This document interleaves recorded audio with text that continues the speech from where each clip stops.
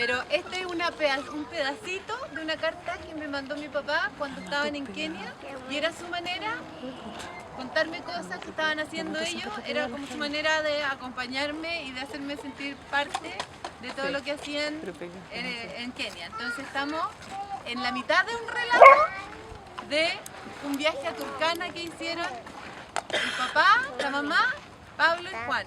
Y la Maida y yo ya no estábamos viviendo con ellos. El sábado de Gloria nos despertamos temprano y fuimos con Pablo a recorrer los márgenes del lago y explorar lo que se podía encontrar. Antiguamente se le llamó Lago de Jade, cosa que entendimos cuando los colores azules intensos de la madrugada se transformaron en verdes opacos, que le conferían un aura más misteriosa aún. Nos acompañaban unos niñitos de edad aproximada a la de Pablo y todos éramos como aspiradoras recogiendo las miles de maravillas que encontrábamos en sus riberas. Supimos de los pescados con los huesos y espinas calcinados por el intenso sol, del Nile perch, del tigerfish, de sus tortugas y de sus cocodrilos por estos restos. De las tragedias volcánicas nos dimos cuenta por la piedra pómez que encontramos en abundancia, de épocas remotas por los fósiles de pescados y mamíferos que encontramos ennegrecidos por el proceso de transformación en piedra, de los actuales moradores por las precarias balsas, de dos pequeños troncos paralelos. Contesta y llévalo para allá. Con que pescan en estas aguas infestadas de cocodrilos. Esto en medio de un sol intenso y calor creciente a medida que la mañana avanzaba y nos adentrábamos en el día. La luz se volvía de una intensidad que nos dañaba los ojos. Regresamos al hotel al mediodía donde nos esperaba una mamá preocupada por nuestros potenciales accidentes con los reptiles, pero feliz porque había ido de visita al poblado Turkana de nómades que vivían. Había tomado fotos, los había hecho bailar y cantar y en fin, se le veía feliz. A lo lejos, en el Turkana, se divisaba una isla muy grande que según los nativos era el lugar donde se refugiaban los cocodrilos y los flamencos.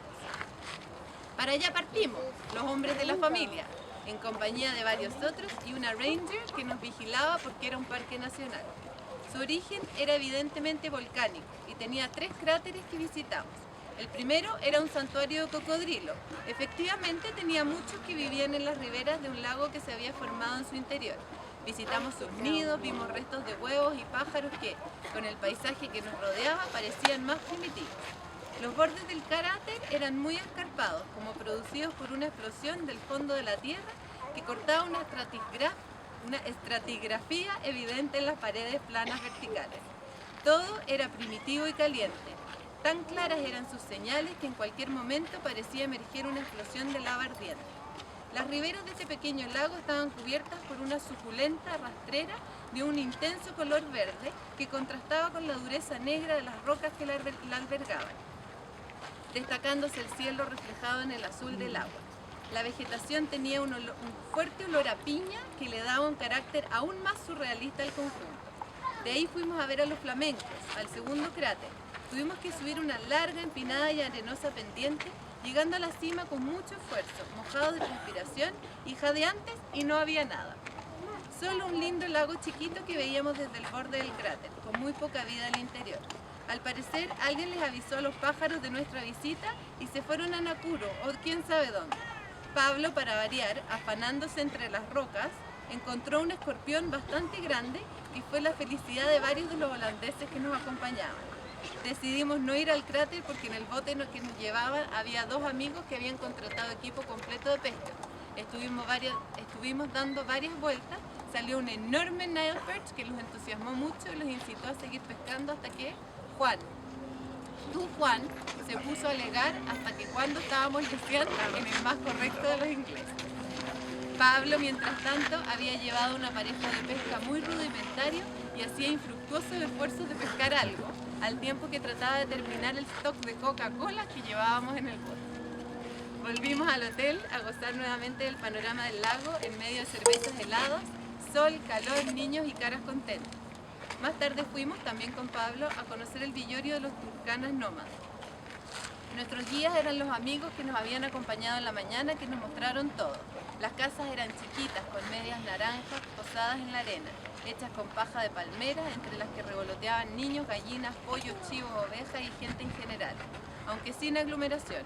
No logré encontrar una estructura de ciudad lógica. Todo parecía dispuesto al azar, congruente con el carácter temporal del asentamiento. Lo único más permanente, los muertos enterrados, estaban en cualquier lugar, sin mayor señal de su existencia. Parece que quedaba solo la memoria de estos nómades que tal vez al día siguiente ya no estarían allí. Siempre la luz y el colorido eran mágicos, realzados los amarillos y ocres por el atardecer. Estuvimos con la comadrona del pueblo, anciana viejísima que solo tenía 65 años, con una mujer recién casada que nos trataba de vender unos canastos de una geometría maravillosa, inexplicable en medio de este desorden aparente, con los niños y con un viejo. Los hombres en general andaban en unas montañas que estaban a 2 días de camino de ahí, sobre las que se despertaban todas las añoranzas de sus moradores. Parecía que ese era su lugar de raigambre cultural y que este pobladito era un campamento de tránsito para que los niños pudieran ir a la escuela y las mujeres generar algún ingreso vendiendo sus artesanías de palma, mientras soñaban con su vida libre montañesa. De regreso a Nairobi nos detuvimos en un lugar que lo hacía su dueña, una eritrea preciosa, con un tatuaje en forma de cruz bizantina en la frente que nos acogió en sus bandas con mucho esmero. Algo curioso la rodeaba porque todo lo que ella hacía era atractivo y parecía tener una componente de realidad, de verdadero, que no siempre se encuentra en los ademanes y gestos de las personas. Nos invitó a tomar café, pero con la ceremonia de su preparación en la que actuábamos como observadores. Tenía un brasero chiquito en el que tostó unos granos, luego le pasó a Juan el sartén y un molino de madera para machacar con un fierro redondo y gastado en la punta, como si hubiera sido usado por muchos años, y metió el polvo aromático en una cafetera en forma de pelota, gorda entera, con un pico como un embudo invertido. Le echó agua fría y lo puso a las brasas, con cuidado de que no hirviera. Le daba muchas vueltas y cuando estuvo listo lo sirvió en unas tacitas, sin orejas, como un dedal. El sabor era fantástico, concentradísimo, color casi negro. Cada taza la compartimos entre dos, salvo Juan, que se apropió de una para él solo. Estaba anocheciendo, así que nos quedamos hasta la hora de cena conversando con ella sobre Eritrea, su cultura, su mundo, su porqué en Kenia, el lugar que ella había transformado en estos vasos. Era un borde de río de un verdor extraordinario, con agua permanente corriendo en gran cantidad. Frente al lugar donde estábamos se empezó a producir el reflejo de la puesta de sol sobre una enorme montaña escarpada que parecía llamarnos desde sus alturas, cambiando permanentemente el colorido y adquiriendo cada vez distintos relieves, con una luminosidad semejante a la que la mujer eritrea tenía. El resto de las comidas fueron casi exclusivamente vegetarianas en un espectacular buffet nocturno, muy campesino, pero con las exquisiteces de una mezcla de comida india, sin muchas especies, que nos cayó fantástico para irnos a dormir. Al volver a las bandas, cada uno tenía una lámpara encendida de querosén en la puerta de su pieza, y entre medio de las bandas nos iluminaba una gran fogata junto a la cual tomamos el bajativo. El único que no cayó subyugado por este ambiente fue Pablo. Apenas llegamos, se fue al río a negociar unas cañas de pescar que tenían los niños locales y ponerse a pescar. Se la pasó toda la tarde con ellos y pescó 3 pescaditos y una de felicidad deslumbrante. Se los cocinaron y se los comió opinando que eran los mejores que jamás había probado. Al día siguiente salimos temprano y volvimos al hogar en Nairobi. Papá. Eso yo quería compartir con ustedes porque yo creo que eso es lo que vivimos como familia y esta es parte de lo que somos, de la recogida de piedrecitas, de conocer gente de todas partes, de estar abiertos al mundo, que es lo que nos dijeron nuestros papás y de lo que nos mostraron toda la vida. Así que eso. Y la Matilde les va a repartir ahora un pedacito de papel para que cada uno saque, porque queremos hacer un origami, que cada uno haga un origami. Tranquilo, barco sirve, avión sirve, lo que se acuerden hacer, porque eso es, porque queremos hacer una trenza y colgarla y dejarla aquí y que se la lleve el viernes.